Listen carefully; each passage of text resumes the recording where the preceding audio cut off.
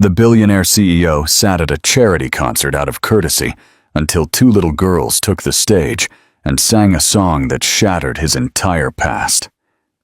If you stay with me until the end, you will discover why some truths can never be buried forever. So take a deep breath, because our story begins now. The concert hall was filled with the soft sheen of morning sunlight, pouring through the tall glass windows, glinting on the polished steel fixtures and the impeccable shine of the mahogany desk. Richard Sterling stood near the window, his posture rigid, his blonde hair perfectly slicked back, his navy blue suit crisp as armor that reflected his wealth and control. Behind him, the urban landscape stretched endlessly, a reminder of everything he had built and everything he believed he could never risk losing. Sophia Vance stood near his desk, gripping the small white stick in her hands, trembling, her heart beating as if it might explode from her chest. Her blue eyes searched his face for something: compassion, recognition, perhaps even love. But what she found was a mask of cold calculation that left her breathless. She had rehearsed this moment for days, imagining different reactions, hoping for some version of the man she once thought she knew. In her mind, he would take a step toward her, sweep her into his arms, and accept the truth with the same passion he once showed in private moments. Instead, as her voice broke and the words came out, words that should have changed everything, he did not move. He did not even flinch. His gaze flickered briefly to the test she held out, and then his lips curled into a faint, disdainful smile. "You are a mistake," he said, his tone flat, every word deliberate, designed to cut deep and leave no room for hope. The phrase hit her like a blade, robbing the air from her lungs. For a long moment, she could only stare at him, her body frozen, her throat tightening, as if refusing to release the sob, fighting to rise. "Richard," she whispered, her voice breaking. "This is your son, our son." She held the test out to him, as if the undeniable proof in her hand could reach him where words could not. He finally turned to face her completely, his blue eyes penetrating like shards of ice, devoid of warmth. "No, Sophia," he said with chilling certainty. "He is not mine. He never will be. I do not want this, and I will not let it drag me down. Do you understand?" His voice rose slightly at the end, not with passion, but with irritation, as if she were a maid who had made an unforgivable error, rather than the woman who once shared his bed and his whispered promises. The silence that followed was suffocating. Sophia's chest rose and fell as tears burned in her eyes, but she refused to let them fall in front of him. She wanted to scream at him, to force him to see the cruelty of his words, but no sound escaped her lips. Her hands trembled so violently she almost dropped the test, and when she finally lowered her arm, it felt like lowering a piece of her shattered soul. Richard turned back to the window, his attention already shifting, as if the matter had been resolved with finality. His reflection in the glass looked untouchable, proud, and callous, a man who had chosen power over humanity. Sophia forced her feet to move, though each step toward the door felt heavier than the last. Her body shook with the effort of holding herself together, her heart screaming betrayal. She reached the door, her hand hovering on the cold metal knob, and for a moment, she allowed herself one last look back. Richard had not turned around. He stood, hands in his pockets, looking out at the city, his posture a declaration that he had already erased her from his life. Sophia, a woman of 30, went to a one-bedroom apartment in an old, weary building on the edge of the city. But it became the fragile fortress where she tried to rebuild her life. The walls were thin, the floorboards creaked with every step, and in winter, the draft forced her to wear sweaters to sleep. Yet it was hers, and it was where she would raise her son. She sat alone at the small kitchen table, Night after night, bills spread in front of her, the weight of her decisions pressing down like a storm cloud. The test that had once been ripped from her hands was now replaced by doctor's notes and appointment cards, each reminding her of the life she carried, a life that gave her strength, even as it terrified her. She worked long hours at a local diner, the kind of place where the smell of fried food clung to her clothes, and her feet ached at the end of every shift. The pay was meager, just enough to cover rent and groceries, and she often skipped meals so she could put a little more aside for the future. Her co-workers were kind but distant. They had their own struggles and didn't ask many questions. Customers came and went, leaving empty plates and crumpled bills behind, but none of them saw the silent war Sophia waged inside herself every day.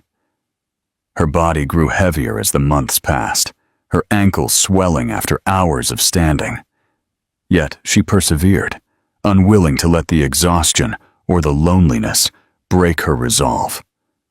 At night, she lay awake, staring at the ceiling, listening to the distant hum of traffic and the occasional siren winding through the city.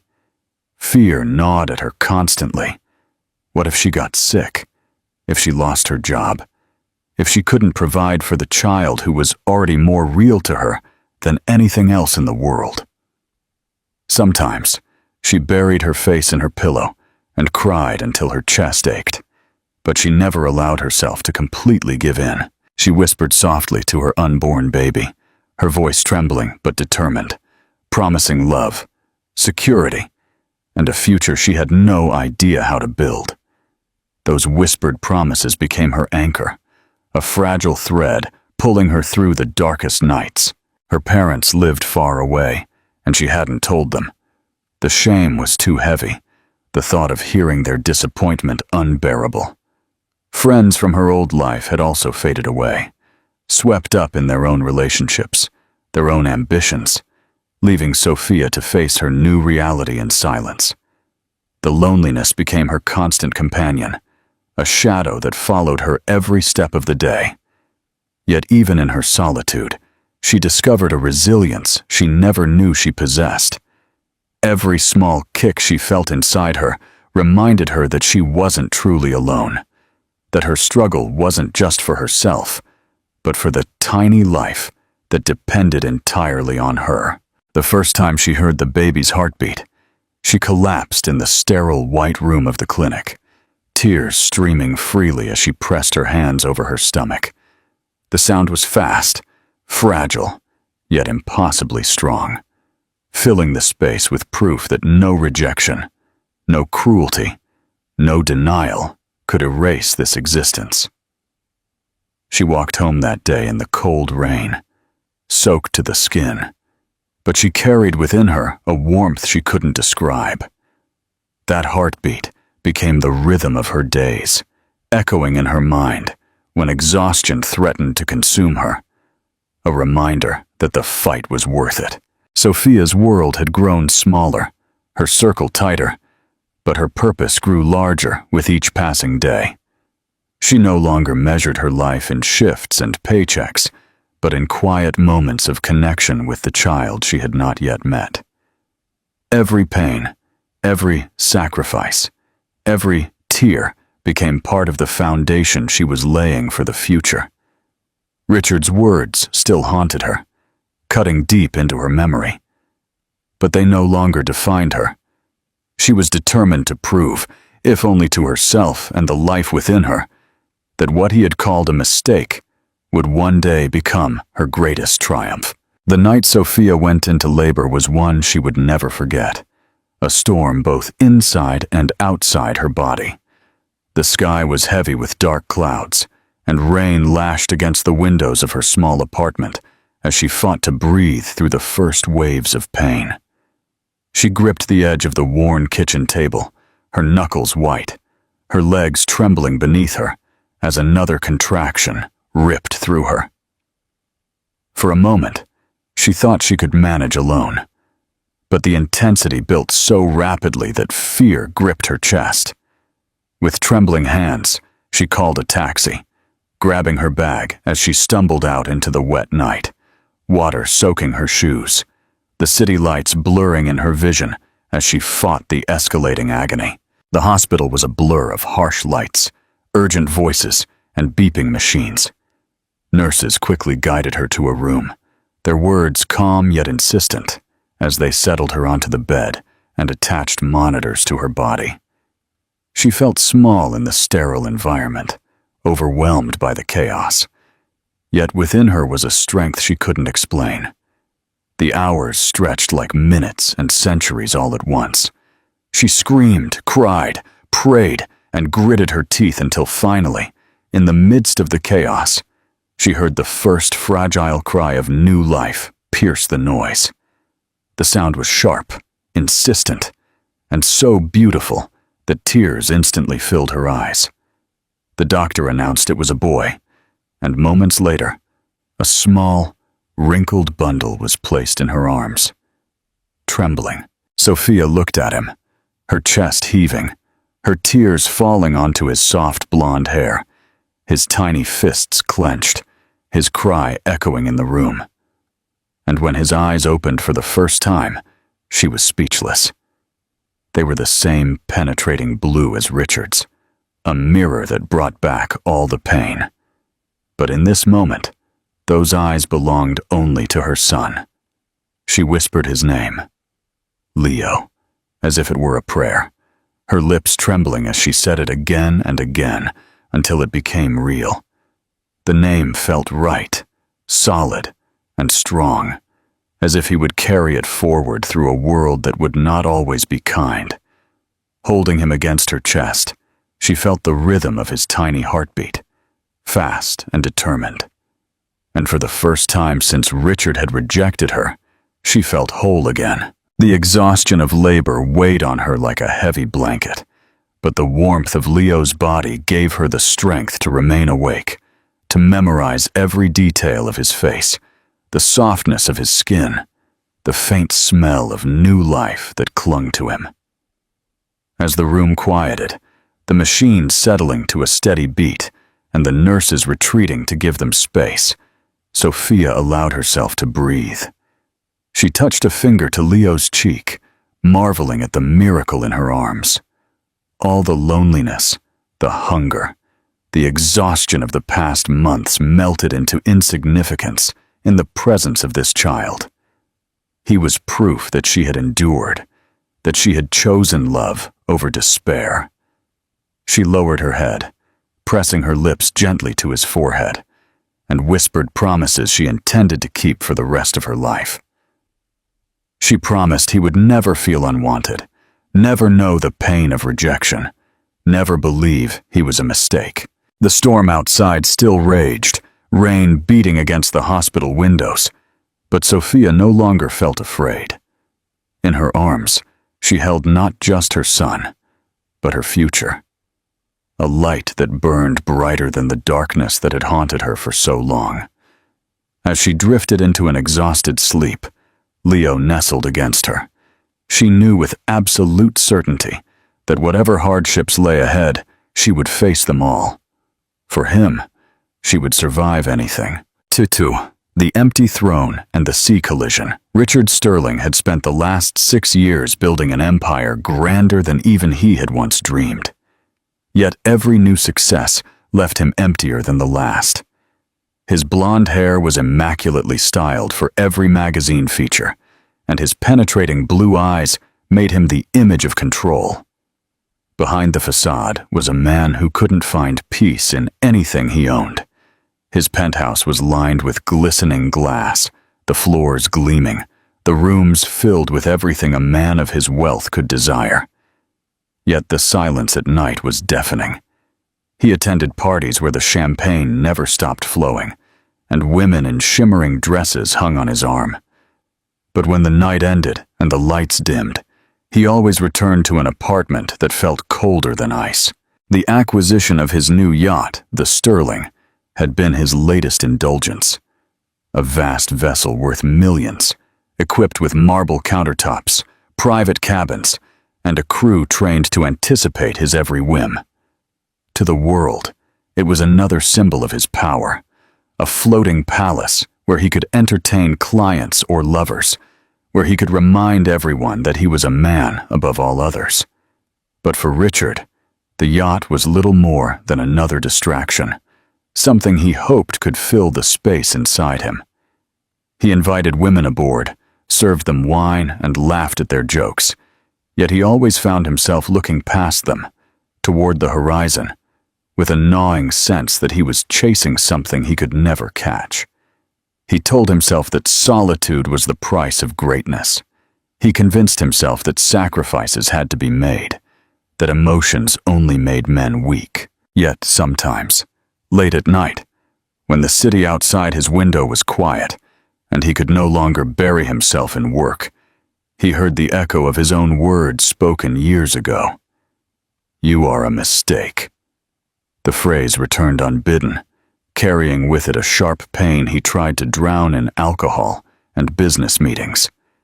He never allowed himself to dwell on what those words had cost, refusing to acknowledge that somewhere out there might be a son with his eyes, a son whose existence he had refused to recognize.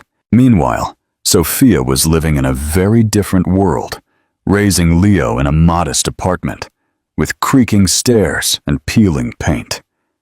Richard never knew of the boy's laughter echoing through small rooms, his endless questions about the world, the way his blonde hair caught the sunlight, and his blue eyes, Richard's eyes, shone with curiosity. Leo had grown into a bright, cheerful child who loved stories and was fascinated by the sea, though he had never known the father whose blood ran in his veins. Sophia shielded him from the truth as best she could, giving him enough love for two. Though in the quiet of the night, she sometimes wondered how long she could keep the truth hidden. While Richard entertained investors on his yacht, showing off glistening wine cellars and hidden luxury inside, he could not have known how close his world was to colliding with the past he had tried so hard to erase. He had convinced himself that his choices were final, that he had cut all ties to what once was. But fate had other plans, and soon the sea that brought him so many hollow nights of indulgence would bring back the one thing he had thrown away, the woman he had broken, and the son he had never known. The summer morning was warm. The sky painted a bright shade of blue that seemed to promise a day of peace. Sophia woke early, as she always did, moving silently through the apartment so as not to disturb Leo's sleep. She stood by the window for a long time, her hands wrapped around a chipped mug, watching her son stir under the thin blanket on the sofa they shared. At 5 years old, Leo was already full of energy and curiosity, his blonde hair messy, his blue eyes gleaming whenever he discovered something new. That morning, she wanted to give him something special, something beyond the routine of cramped walls and city streets. When her friend called with an unexpected opportunity to help on a yacht for a day, Sophia hesitated only briefly before agreeing. The pay would be modest, but the thought of showing Leo the sea filled her with excitement. She packed her small bag carefully, tucking in his favorite toy truck and a sandwich, telling herself this would be a memory he could hold on to. When they arrived at the harbor, Leo's eyes widened at the sight of the vast stretch of water. His small hand grasped hers tightly as he looked at the yacht, towering ahead of them, gleaming in the sunlight like something out of a dream. To him, it looked like a castle on the sea, and his mouth dropped open in admiration as he whispered, "Mommy, he's huge." Sophia smiled at his awe, though her chest tightened with nervousness. She had no idea who owned the vessel, only that her friend had vouched for her kitchen skills and promised the work would be easy. Leo was allowed to sit quietly in the corner, drawing in his coloring book as he often did when she worked. He sat cross-legged, his blonde head bent, while Sophia tied on the apron they had given her and tried to focus on her tasks. Yet every now and then, she would look out at the deck through the narrow kitchen window, marveling at the horizon stretching endlessly, the waves shimmering under the sun. She thought about how much Leo would love being out there, the sea breeze in his hair, his laughter carried away by the water. The first few hours passed without incident. Sophia chopped vegetables, washed dishes, and followed the chef's instructions, while Leo munched on the sandwich she had made. The galley smelled of roasted garlic and fresh herbs, the sounds of pans sizzling filling the air. For a brief moment, she allowed herself to feel almost normal, almost as if this were just another job, not the strange, glittering world of wealth she had always avoided.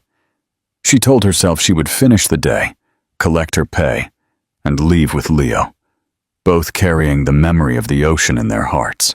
But fate never let her escape so easily. Late in the afternoon, voices rose outside the galley, deeper and sharper than those of the crew. A presence moved across the deck with the kind of authority that silenced conversations, and Sophia froze, her knife stopping mid-chop. She heard footsteps approaching, the sound of laughter that was both familiar and jarring. Her heart fluttered violently as she pressed her palms onto the counter to steady herself, though she hadn't yet seen him.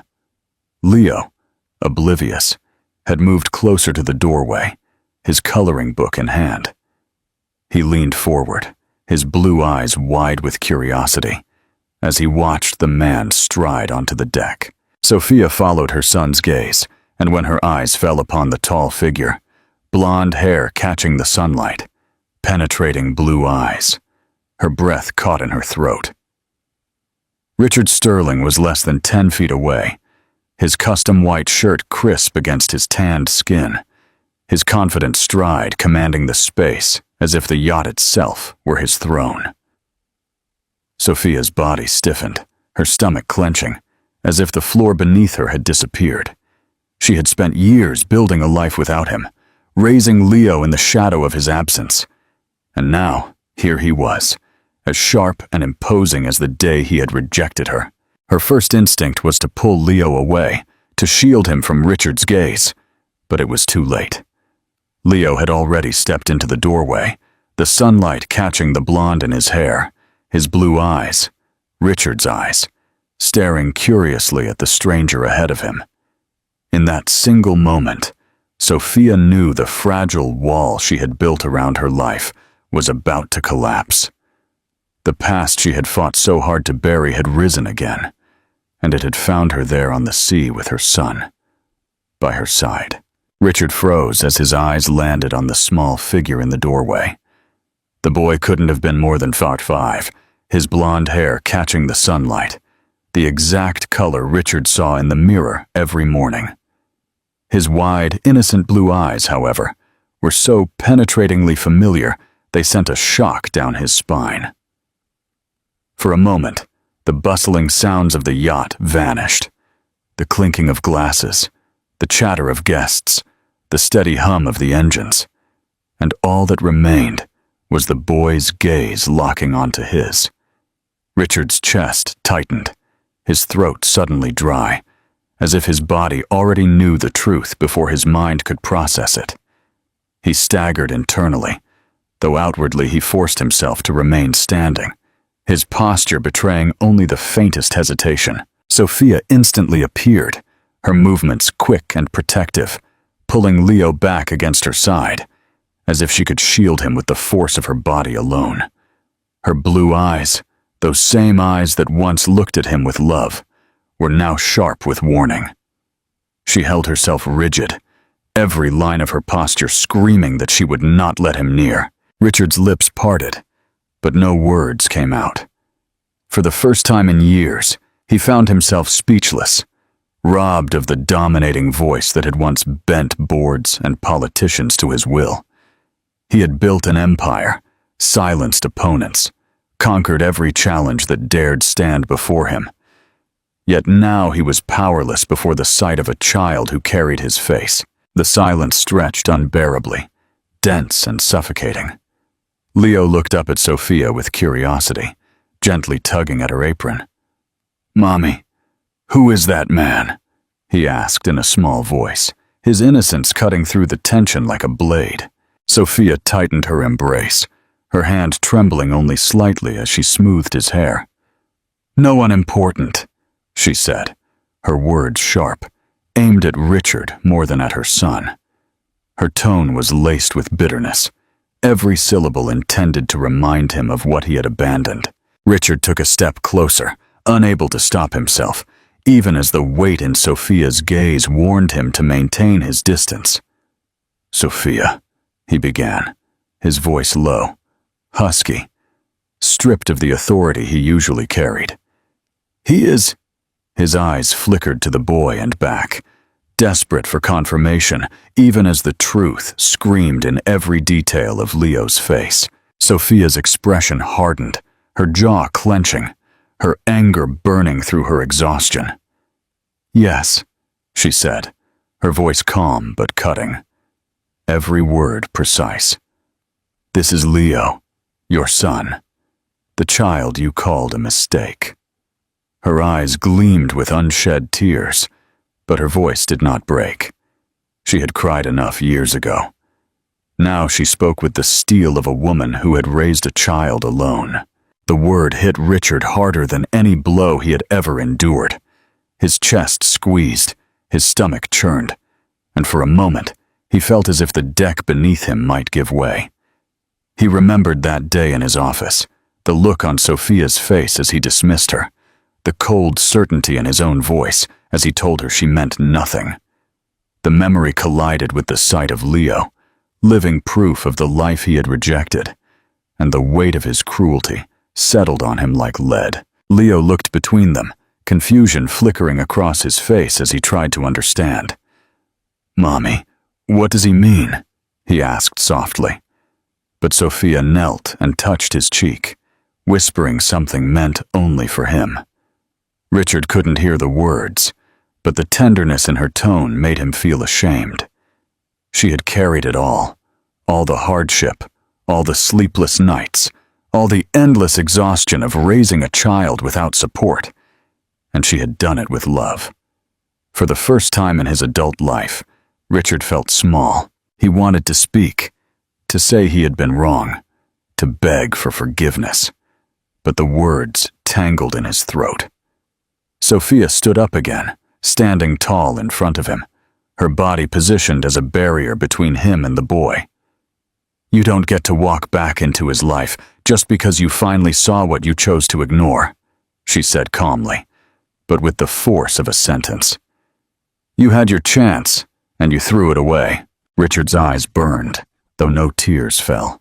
His hands curled at his sides, not with rage, but with helplessness. He had faced hostile acquisitions and ruthless enemies, yet nothing had left him feeling as defeated as this moment.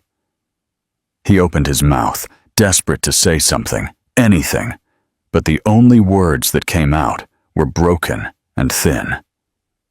"I was wrong." Sophia's gaze did not soften. She shook her head slightly, her voice firm and unyielding. "Wrong doesn't undo 5 years.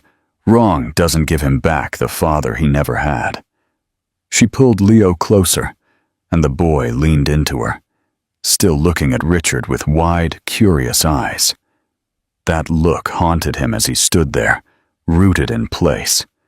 A man who had everything, yet realized in an instant that he had nothing. The yacht around him gleamed with luxury. The sea stretched endlessly beyond.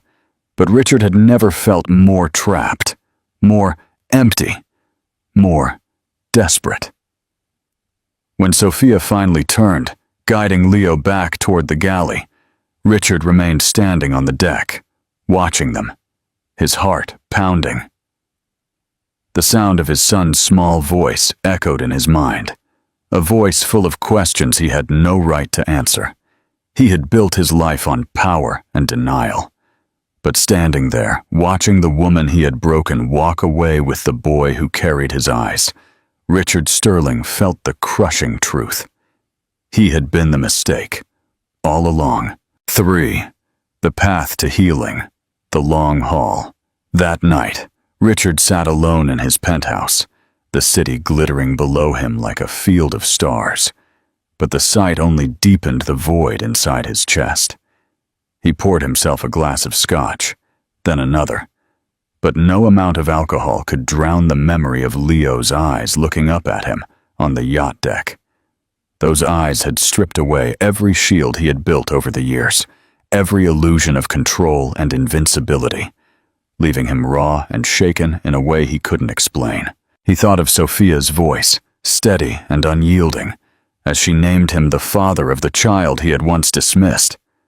The word father circled endlessly in his mind, a relentless reminder of the life he had rejected and the years he could never reclaim. For the first time in his adult life, Richard found himself questioning everything he had built. The empire that had once defined him now felt meaningless, its towers of glass and steel nothing compared to the weight of his own failures. He tried to focus on contracts, meetings, doings, and deals, but every page blurred until all he could see was the blonde hair of a little boy and the curve of his curious smile. At night, he tossed and turned, the echo of Sophia's bitterness haunting him in restless dreams, where he reached out for Leo but always found himself too late.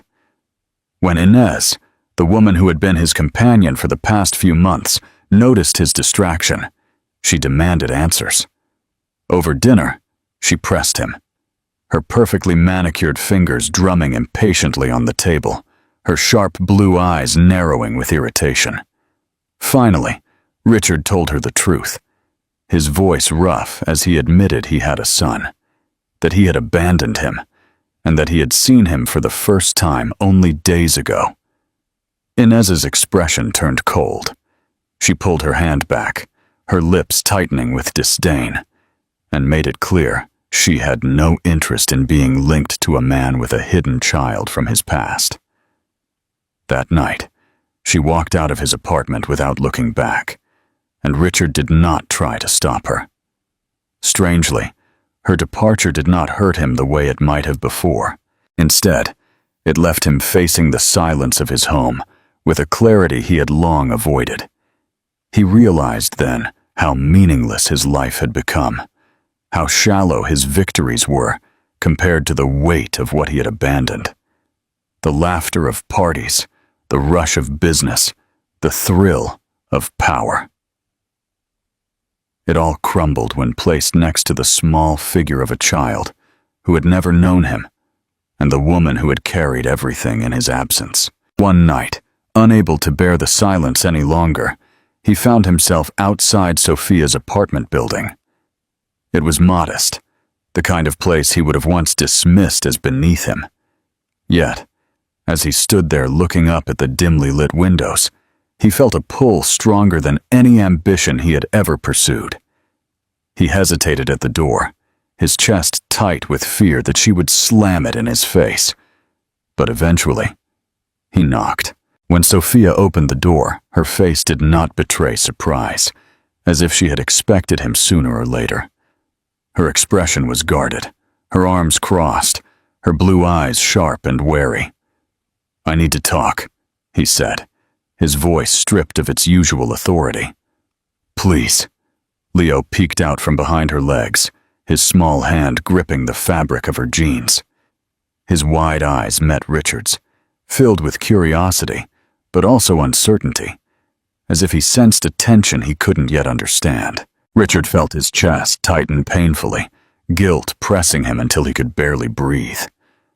"I can't change the past," he said softly. "But I want to try now. I want to know him. I want to be his father, if you will let me." Sophia's expression did not waver. Her voice was calm but firm, every word heavy with the strength of a woman who had carried everything alone. "Words are easy, Richard. Promises are easy. You weren't there for the sleepless nights, for the doctor's appointments, for the days when I thought I couldn't go on. You weren't there when he asked about his dad, and I had nothing to tell him. You left us both before he even took his first breath." She glanced down briefly at Leo, then back at him. "If you want to be part of his life, you will have to prove it. Not to me, But to him, you don't get to erase the past with a single apology. Richard nodded, the weight of her words heavy but deserved. For once, he didn't argue, didn't try to bend her to his will. He understood that she was right. Redemption would not come in a night, nor in 1,000 apologies, but only in the quiet persistence of showing up, of being present, of giving what he had once denied. As he walked away from her door that night, the sound of his son's laughter followed him down the corridor, light and fragile, and for the first time in years, he felt both the crushing weight of his past and the faint, fragile spark of hope for a different future. 4. The unbroken thread. The legacy of trust. The weeks that followed were a slow unfolding of something Richard had never known before, a life built not on power or wealth, but on patience, humility, and the fragile bonds of family. In the beginning, his presence was awkward. Leo looked at him with wide, questioning eyes, uncertain whether to treat him as a stranger or something more. And Sophia watched his every move with the sharp attention of a guardian who would not let him cause another wound. Richard did not try to force his way in. He showed up quietly, offering to walk Leo to preschool, to help with chores, to sit on the floor and build towers with blocks that always fell before they were finished. The boy's laughter, when the blocks tumbled into a pile, filled the small apartment in a way Richard had never experienced, louder and warmer than any applause he had ever received in his boardrooms. Sophia remained cautious. She stood in the background during those early visits, arms crossed, ready to intervene if necessary. But as she watched Richard stumble through bedtime stories, mispronouncing words as Leo laughed and corrected him, she began to see a change. This was not the man who had once turned his back on them with ice in his voice. This was a man trying, failing sometimes, but coming back again and again with a persistence that could not be faked. She still carried her anger, the memories of nights spent alone while Leo cried, the endless exhaustion of raising a child without support. But she could not ignore the evidence that Richard was slowly changing. Richard's own world transformed in quiet but profound ways. He canceled late-night meetings, handed off responsibilities to others that he had once hoarded out of fear of losing control, and began leaving the office earlier to spend evenings in Sophia's small apartment. The penthouse no longer felt like home. Its polished silence was unbearable compared to the sound of Leo's voice asking him to play one more round of a game or tell one more bedtime story. He even learned to cook simple meals, stumbling through recipes until Leo proudly declared that the burnt pancakes were perfect. And Sophia, despite herself, smiled faintly at the sight. For a man who once measured his worth by numbers and headlines, he began to measure it now by the moments when Leo slipped his small hand into his, without hesitation. One night, after Leo finally fell asleep, Richard lingered at the small kitchen table while Sophia washed the last dishes. The hum of the refrigerator and the soft running water filled the silence between them. He leaned forward, his hands clasped, his voice low and hesitant when he finally spoke. "I know I can never give back the years I stole from you. I know I don't deserve your forgiveness, but I want you to know that I'm not leaving again. Whatever the cost, however long it takes, I will prove it to both of you." His words trembled with a vulnerability Sophia had never heard in him before. She put down the dishcloth and turned to face him, her expression split between old bitterness and something softer. For a long moment, she said nothing, studying the man who had once broken her and was now asking to rebuild something new. Finally, she exhaled, her voice quiet but firm. "I don't know if I can forget what you did, Richard, but maybe I can learn to forgive. For Leo, for myself." The admission cost her something, and he saw it in the flicker of her eyes. but it also opened a door neither of them had dared to imagine before. Richard slowly reached his hand across the table, almost afraid she would pull away. But when his hand met hers, the warmth of her touch spread through him like sunlight. It wasn't the triumphant victory he had once sought in his business conquests. It was something far rarer, the fragile start of trust, of hope, of a second chance. He lowered his head, overwhelmed by the enormity of it, and for the first time since he was a young man, tears gathered in his eyes. The weeks turned into months, and the bond between father and son deepened. Richard took Leo to the park, pushed him on the swings, taught him to skip stones across the water. He sat at the small kitchen table, helping with letters and numbers, stumbling through homework with the same determination he once brought to financial reports. Sophia, though still cautious, began to watch with less suspicion and more quiet acceptance. The weight of the years did not disappear overnight, but the cracks in her armor began to show, and behind them was the woman she once was. The woman who still wanted to believe in love. One night, as the three of them stood on the yacht balcony, the sunset painting the water gold, Leo held both of their hands, his laughter carried away by the breeze as he pointed at shapes in the clouds. Richard looked at Sophia, the light softening her features, and spoke words he once thought he would never be able to say. "You were right to fight for him. I was wrong in every way that matters. But if you let me, I want to fight now for both of you." Sophia met his gaze, her blue eyes filled with a mixture of pain, history, and something new. She did not answer immediately, but she did not let go of his hand either. In that silence, filled with the sound of the waves and her son's laughter, something fragile but unbreakable took root. It was not the naive love they had once shared, but something stronger, forged in suffering, shaped by resilience, and given life by the boy who had unknowingly brought them back together. As the sun dipped below the horizon, Sophia knew the path ahead would not be simple. But standing there with Richard and Leo by her side, she allowed herself, for the first time in years, to believe in the possibility of healing. And Richard, humbled and transformed, knew this was the only future worth fighting for. Conclusion and final call to action. The legacy of redemption. The story of Richard and Sophia proves that a true second chance is earned through consistent, deliberate action, not just words. Richard lost his initial empire due to his arrogance, but he found his true self in the quiet world he once rejected. Do you believe Sophia made the right decision to finally give Richard a chance? Or should she have protected herself and Leo more strictly? If this story of profound redemption resonated with you, please hit like and share this video. Your support helps us continue to tell stories of ultimate justice and second chances. Don't forget to subscribe to the channel and turn on notifications for our next gripping tale.